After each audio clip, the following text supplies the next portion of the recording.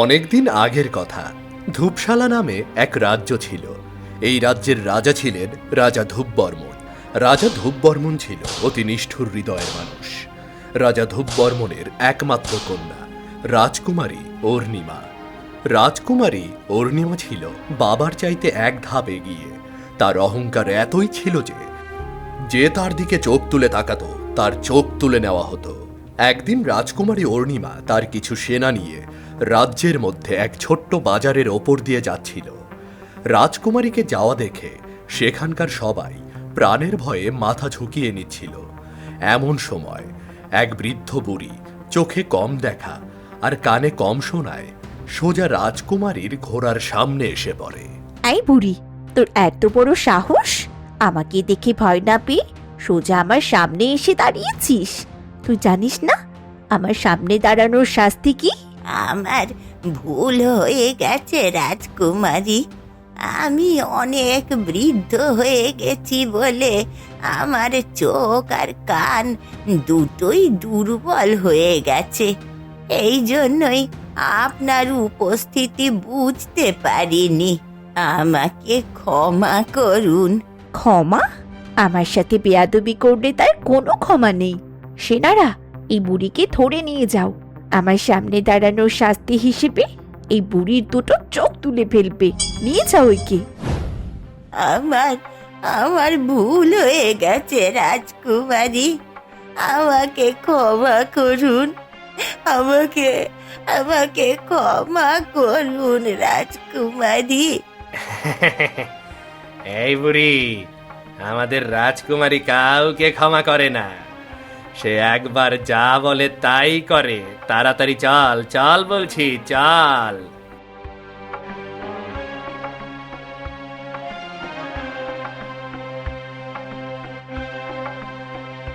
আমাকে ছেড়ে দাও, আমাকে নিও না, আমাকে ছেড়ে দাও। এ কি, তোমরা এই বৃদ্ধ মানুষকে ধরে নিয়ে যাচ্ছ কেন? কেন ধরে নিয়ে যাচ্ছি সে কৈফিয়ত কি তোকে দিতে হবে? সরে দাঁড়া বলছি। হ্যাঁ, সরে দাঁড়াবো।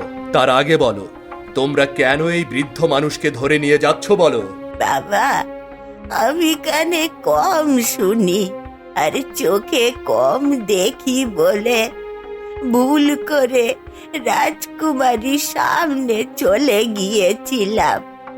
সেই অপরাধে রাজকুমারী আমার চোখ তুলে ফেলার নির্দেশ দিয়েছে।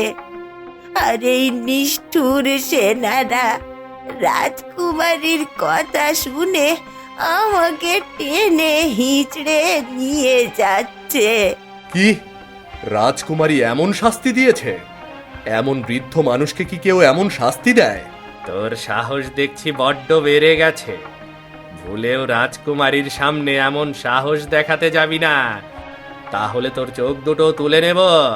আরে, শুধু তোদের রাজকুমারী না, রাজার সামনে দাঁড়িয়ে কথা বলার মতো সাহস আমার আছে। বুড়িমা, আপনি যান, আমি আপনাকে মুক্ত করব। আপনার কিছুই হবে না। কিছুই হবে না? পারলে মুক্ত করে দেখাস। এই বুড়ি, চল চল।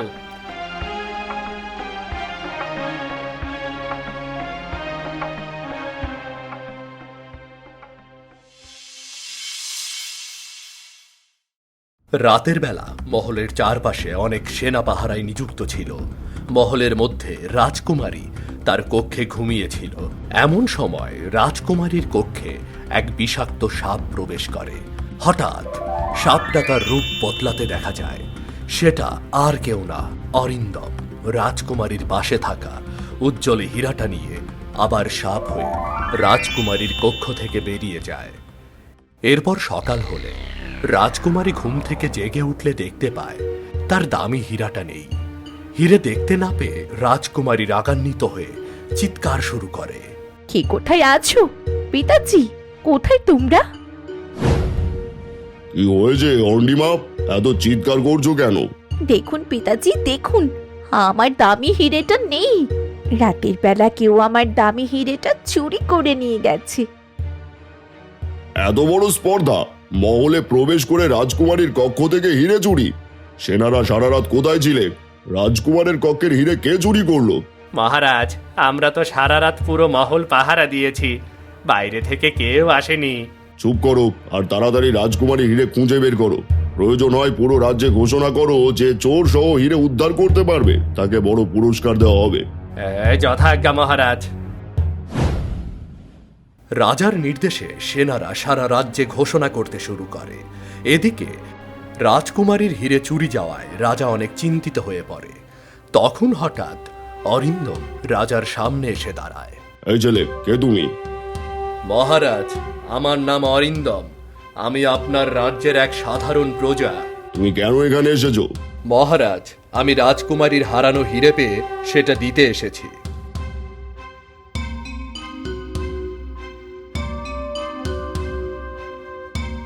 এ কি সত্যিই সেই হিরে? কিন্তু তুমি এই হিরে পেলে কোথায়? মহারাজ, এক চোর আমার কাছে সেটা বিক্রি করতে এসেছিল। আমি চোরকেও ধরেছিলাম, কিন্তু চোর অনেক শক্তিশালী হওয়ায় হীরাটা রেখে পালিয়ে গেছে মহারাজ। তোমার কাজে আমি খুবই খুশি। এবার বলো তুমি কি পুরস্কার চাও? মহারাজ, আমার কোনো অর্থ চাই না। গতকাল রাজকুমারী এক বৃদ্ধাকে চোখ তুলে দেওয়ার শাস্তি দিয়েছে। আপনি ওই বৃদ্ধাকে ছেড়ে দিন, এটাই আমার চাওয়া মহারাজ। হ্যাঁ, বৃদ্ধকে ছেড়ে দেওয়ার ব্যবস্থা করছি, কিন্তু তোমাকে বন্দি করছি। কেন মহারাজ? আমাকে বন্দি করবেন কেন? কারণ তুমি আসল চোর। চোর কখনো এই হিরে তোমার মতো সাধারণ ছেলের কাছে বিক্রি করতে যাবে না। তুমি ওই বৃদ্ধাকে মুক্ত করার জন্য হিরে চুরি করেছিলে। প্রহরীরা, দেখছো কি? বন্দি করো এই ছেলেটাকে আর ওই বৃদ্ধাকে ছেড়ে দাও। মহারাজ, এটা তো অন্যায়। আপনি অন্যায় করছেন। আমাকে বন্দি করা অন্যায় মহারাজ।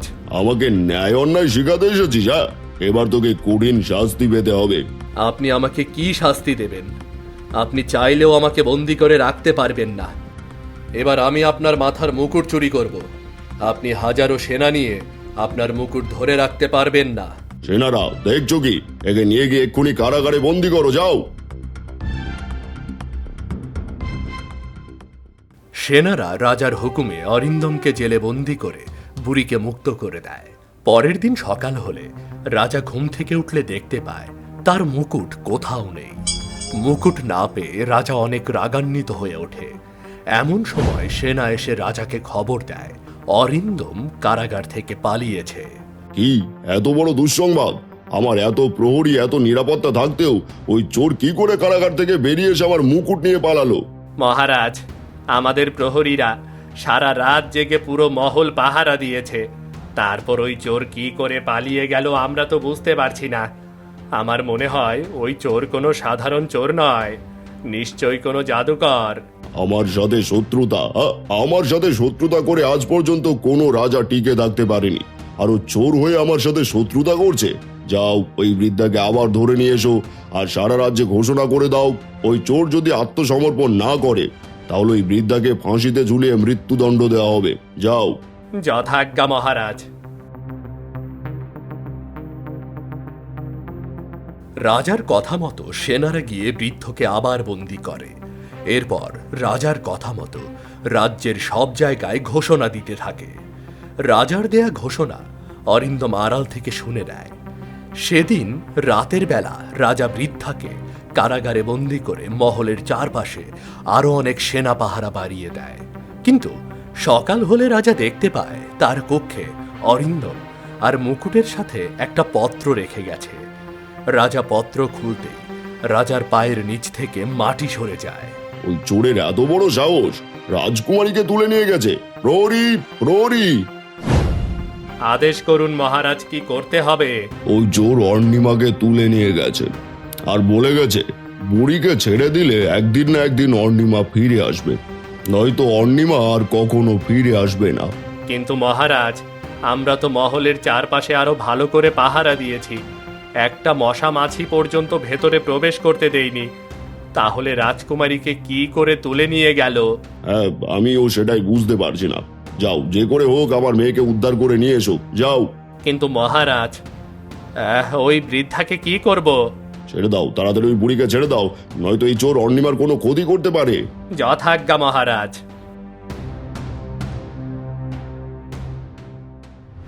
রাজার নির্দেশে সেনারা সারা রাজ্যে তন্ন তন্ন করে রাজকুমারীকে খুঁজতে থাকে।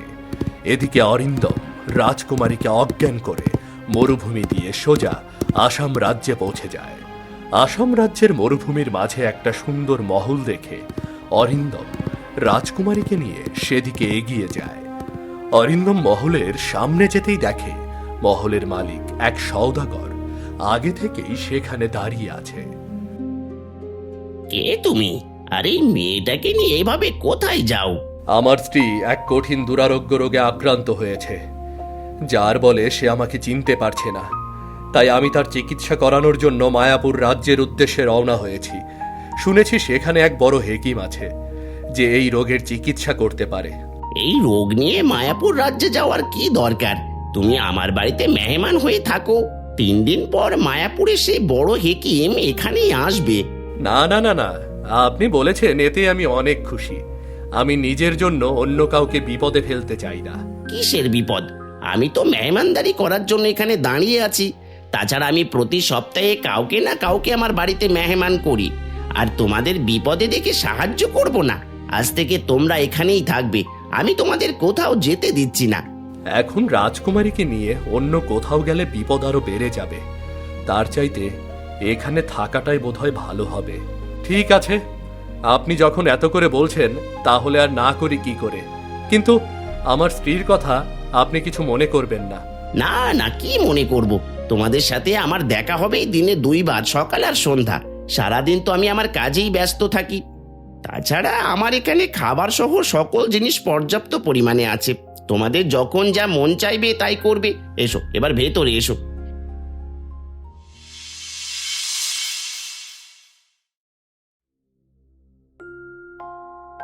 এখানে থাকতে তো তোমাদের কোনো সমস্যা হবে না।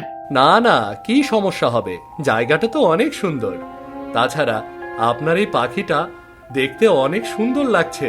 হ্যাঁ, শুধু পাখিটা দেখতে সুন্দর না, এছাড়া পাখিটার মধ্যে অনেক বৈশিষ্ট্য আছে। পাখিটা নাচতেও পারে। বলেন কি, পাখি নাচতে পারে? কিন্তু এ পাখি আপনি কোথায় পেলেন? এই পাখিটা আমি অনেক অর্থ দিয়ে সওদা করেছি, শুধু আমার অতিথিদের আনন্দ দেওয়ার জন্য। কিন্তু এই পাখিটা কখন নাচবে?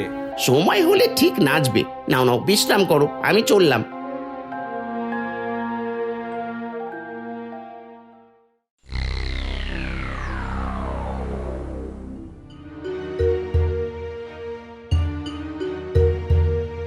হে কি, আমি এখানে আমি এখানে কেন?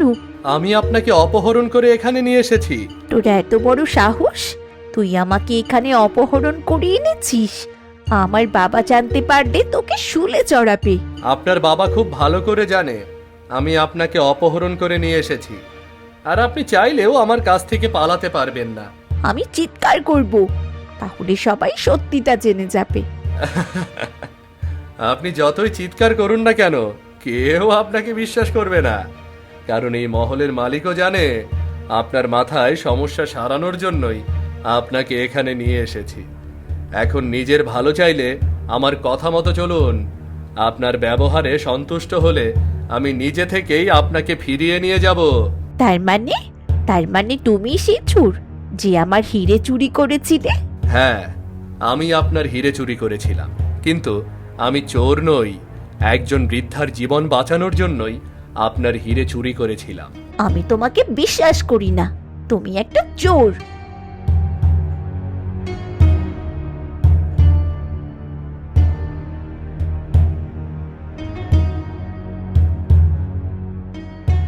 বাহ, পাখিটা তো সত্যিই দারুণ নাচ করে।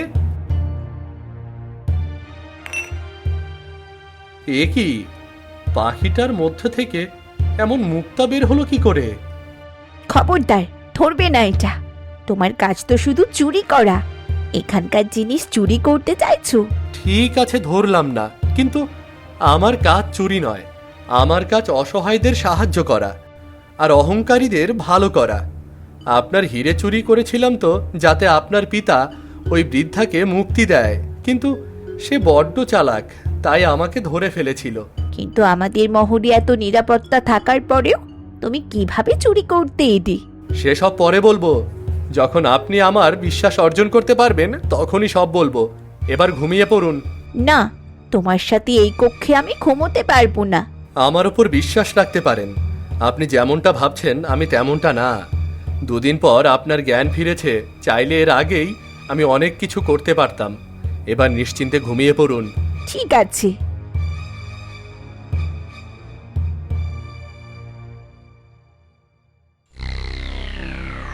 রাতে রাজকুমারী ঘুমিয়ে পড়লে অরিন্দম শুয়ে ভাবতে থাকে সওদাগর কেন তাদের এত খাতির যত্ন করছে। অরিন্দমের মনে সন্দেহ বাসা বাঁধতে থাকে। তখন অরিন্দম বিছানা থেকে উঠে তার কোমর থেকে এক বিশেষ সুগন্ধি বের করে। এরপর অরিন্দম সুগন্ধি নাকে নিতেই হঠাৎ ভয়ানক সাপে রূপান্তর হয়। সাপ হয়ে অরিন্দম কক্ষ থেকে বেরিয়ে যায়। এরপর অরিন্দম সওদাগরের অন্য কক্ষগুলো ঘুরে দেখতে থাকে। অরিন্দম দেখতে পায় সওদাগরের গোপন কক্ষে অনেক দামি স্বর্ণ, হিরে, জহরত দিয়ে পরিপূর্ণ। এরপর অরিন্দম নিজের কক্ষে ফিরে এসে ঘুমিয়ে পড়ে। সকাল হলে অরিন্দম রাজকুমারীকে কিছুটা খুলে বলতে থাকে। তখনই সেখানে সওদাগর এসে হাজির হয়। বাহ, তোমার স্ত্রী তো সুস্থ হয়ে উঠেছে, তোমাদের দেখে অনেক ভালো লাগছে। হ্যাঁ, আমার স্ত্রীকে আজ অনেকটা সুস্থ দেখাচ্ছে, তাই ভাবছি আমরা আজই এখান থেকে চলে যাব। তা কি করে হয়? আমার বাড়িতে যে মেহমান একবার প্রবেশ করে আমি তাদের 3 দিনের আগে কোথাও যেতে দিই না। এবার বলো, তোমরা কি রাতে পাখির নাচ দেখেছিলে? হ্যাঁ, দেখেছি। আপনার পাখিটা অনেক সুন্দর নাচ করে, কিন্তু দেখুন পাখিটার মধ্যে থেকে একটি দামি মুক্তো নিচে পড়ে গেছে। মুক্তোটা তুলে রাখতে পারোনি? না না না না না, অন্যের জিনিসে হাত দেওয়ার অভ্যাস আমার নেই। আপনার মুক্তো আপনি নিজেই তুলে রাখুন। ঠিক আছে, এবার আমার সাথে এসো, তোমাদের খাবারের ব্যবস্থা করেছি। খেয়ে দিয়ে আমার বাগানটা থেকে ঘুরে আসলে তোমাদের অনেক ভালো লাগবে, তখন আর কোথাও যেতে মন চাইবে না। ঠিক আছে, চলুন।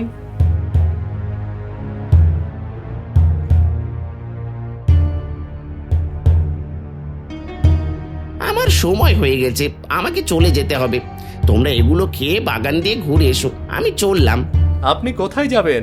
আমার অনেক কাজ পড়ে আছে, তাই আমাকে এখনই যেতে হবে। আমি চললাম, তোমরা ঠিক মতো খেয়ে নিও।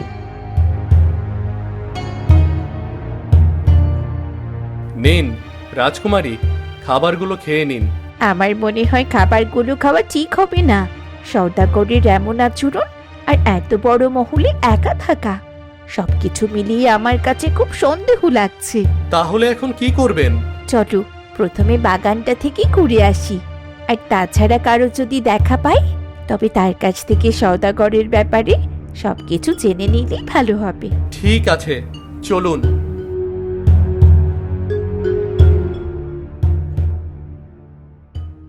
অরিন্দম রাজকুমারীকে নিয়ে সওদাগরের বাগানে প্রবেশ করতে দেখতে পায় সেখানে অনেকগুলো পশু পাখিকে বন্দি করে রাখা হয়েছে।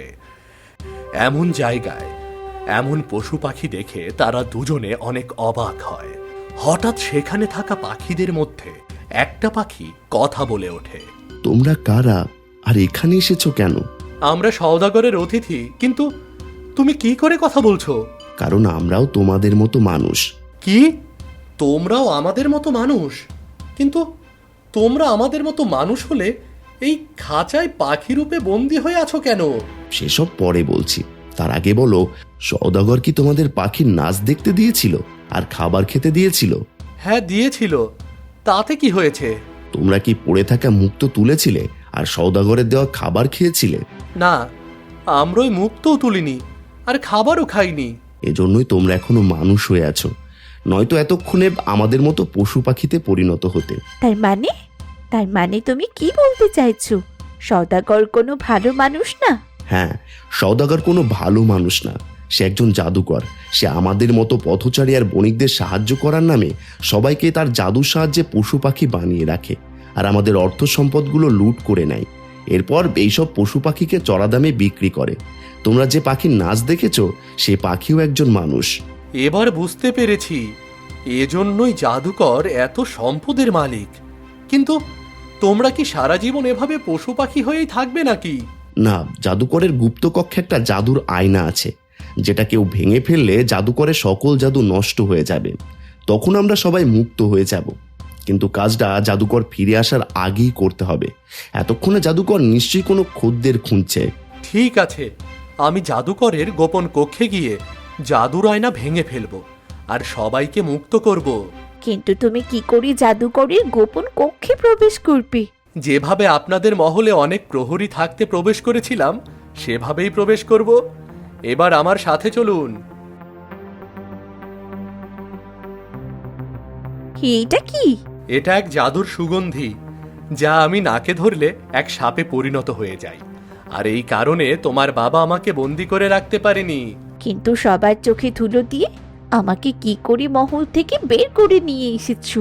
এই সুগন্ধি কিছুটা পান করলে আমি অদৃশ্য হয়ে যাই, আর আমি অদৃশ্য হয়ে যাওয়ার পর যাকে স্পর্শ করি সেও অদৃশ্য হয়ে যায়। তাহলে তো এখান থেকে পালিয়ে যেতে আমাদের কোনো সমস্যা হবে না। হ্যাঁ, ইচ্ছে করলে পালিয়ে যেতে পারবো, কিন্তু সবাইকে মুক্ত না করে আমি কখনো পালিয়ে যাব না। আপনি এখানে থাকুন, আমি এখনই আসছি।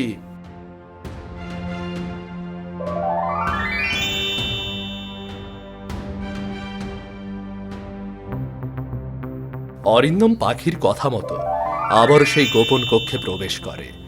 এরপর অরিন্দম মানুষে রূপান্তরিত হয়ে জাদুর আয়না ভেঙে ফেলে।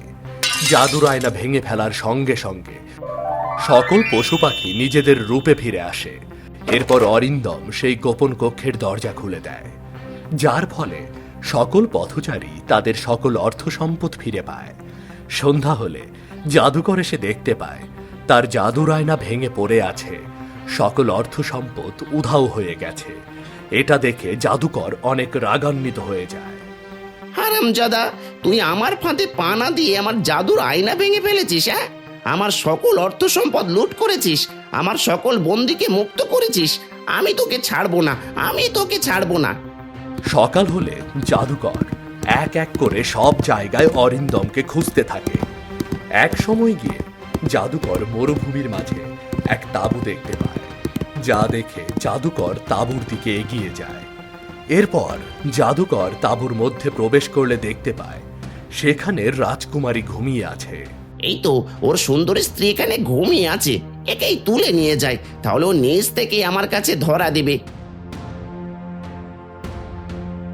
এরপর জাদুকর রাজকুমারীর মুখের ওপরে জাদুর রুমাল ধরে রাজকুমারীকে অজ্ঞান করে ফেলে। এরপর জাদুকর রাজকুমারীকে নিয়ে তাঁবু থেকে পালিয়ে যায়। কিছুক্ষণ পর অরিন্দম কিছু খাবার নিয়ে তাঁবুতে ফিরে আসে। অরিন্দম তাঁবুতে প্রবেশ করতেই দেখতে পায় সেখানে রাজকুমারী নেই, সেখানে শুধু জাদুকরের একটা আংটি পড়ে আছে। তার মানে দুষ্টু জাদুকর এসে রাজকুমারীকে তুলে নিয়ে গেছে। দুষ্টু জাদুকর, এবার তোকে তোর পাপের শাস্তি দেব।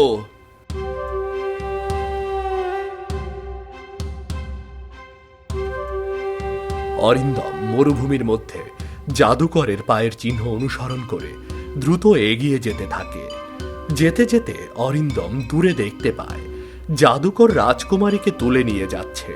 তখন অরিন্দম তার কোমর থেকে জাদুর সুগন্ধি বের করে নিজেকে সাপে রূপান্তরিত করে। এরপর অরিন্দম দ্রুত জাদুকরের দিকে এগিয়ে যায়। যেতে যেতে অরিন্দম সাপ হয়ে জাদুকরের সামনে এসে দাঁড়ায়।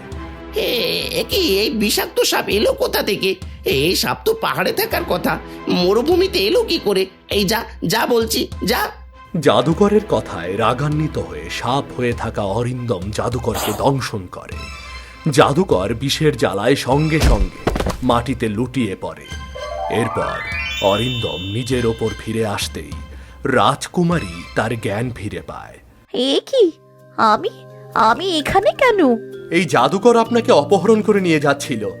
ভাগ্য ভালো বলে আপনাকে খুঁজে পেয়েছি, নয়তো এই জাদুকর আপনাকে মেরে তার প্রতিশোধ নিত। আমাকে খুঁজতে কেন এসেছো? আমি তো অহংকারী পাপী, আমার পাপের শাস্তি হওয়া দরকার। হ্যাঁ, অহংকারীদের শাস্তি হওয়া দরকার, কিন্তু যে ভুল করে ভুল বুঝতে পারে সেই প্রকৃত মানুষ। আপনি ভুল করে আপনার ভুল বুঝতে পেরেছেন, এটাই যথেষ্ট। আসুন, এবার আমার সাথে আসুন।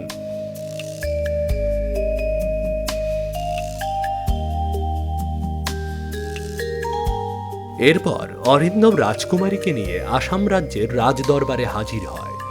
রাজা অরিন্দমের মুখে জাদুকরের সব কথা শুনে অরিন্দম আর রাজকুমারীকে জাদুকরের মহলে থাকার অনুমতি দেয়। এরপর অরিন্দম আর রাজকুমারী জাদুকরের মহলে থাকতে শুরু করে। এরপর কেটে যায় দীর্ঘ কয়েক মাস। এর মধ্যে ধীরে ধীরে রাজকুমারী অরিন্দমকে পছন্দ করতে শুরু করে। একদিন অরিন্দম রাজকুমারীকে বলে, রাজকুমারী, আপনি আগের চাইতে অনেক বদলে গেছেন। এখন আপনার মধ্যে কোনো অহংকার নেই। চলুন এবার আপনাকে মহলে রেখে আসি। নিশ্চয়ই আপনার চিন্তায় আপনার পিতামাতা অনেক কষ্টে আছে। না, আমি কোথাও যেতে চাই না। আমি অনেক অন্যায় করেছি, কত সাধারণ প্রজাদের কঠিন শাস্তি দিয়েছি। এই পাপী মানুষ হয়ে আমি কি করে সবার সামনে মুখ দেখাবো? যাদের সাথে অন্যায় করেছেন তাদের কাছ থেকে ক্ষমা চাইলে তারা খুশি মনে আপনাকে ক্ষমা করে দেবে। আর যদি তাদের সামনে না যান তাহলে সারা জীবন অপরাধী হয়ে থাকতে হবে। কিন্তু আমি তোমাকেও হারাতে চাই না। আমি তোমার সাথে সারাটা জীবন কাটাতে চাই। আমি হলাম সাধারণ এতিম ছেলে, আমার নিজের বলতে কিছুই নেই। আপনার পাশে আমি একদমই বেমানান। যার মধ্যে একটা ভালো মন আছে তার কাছে সকল সম্পদ তুচ্ছ। তুমি যদি আমার সাথে থাকো আমি তবেই ফিরে যাব, নয়তো সারা জীবন এখানেই থাকবো। কিন্তু মহারাজ তো এটা কখনোই মেনে নেবে না। মেনে না নিলে আমায় নিয়ে আবার পালিয়ে এসো। ঠিক আছে, চলুন আজই আমরা আপনার রাজ্যের উদ্দেশ্যে রওনা দেব।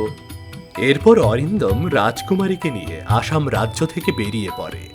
দীর্ঘ পথ পাড়ি দিয়ে অরিন্দম রাজকুমারীকে নিয়ে তাদের মহলে ফিরে আসে।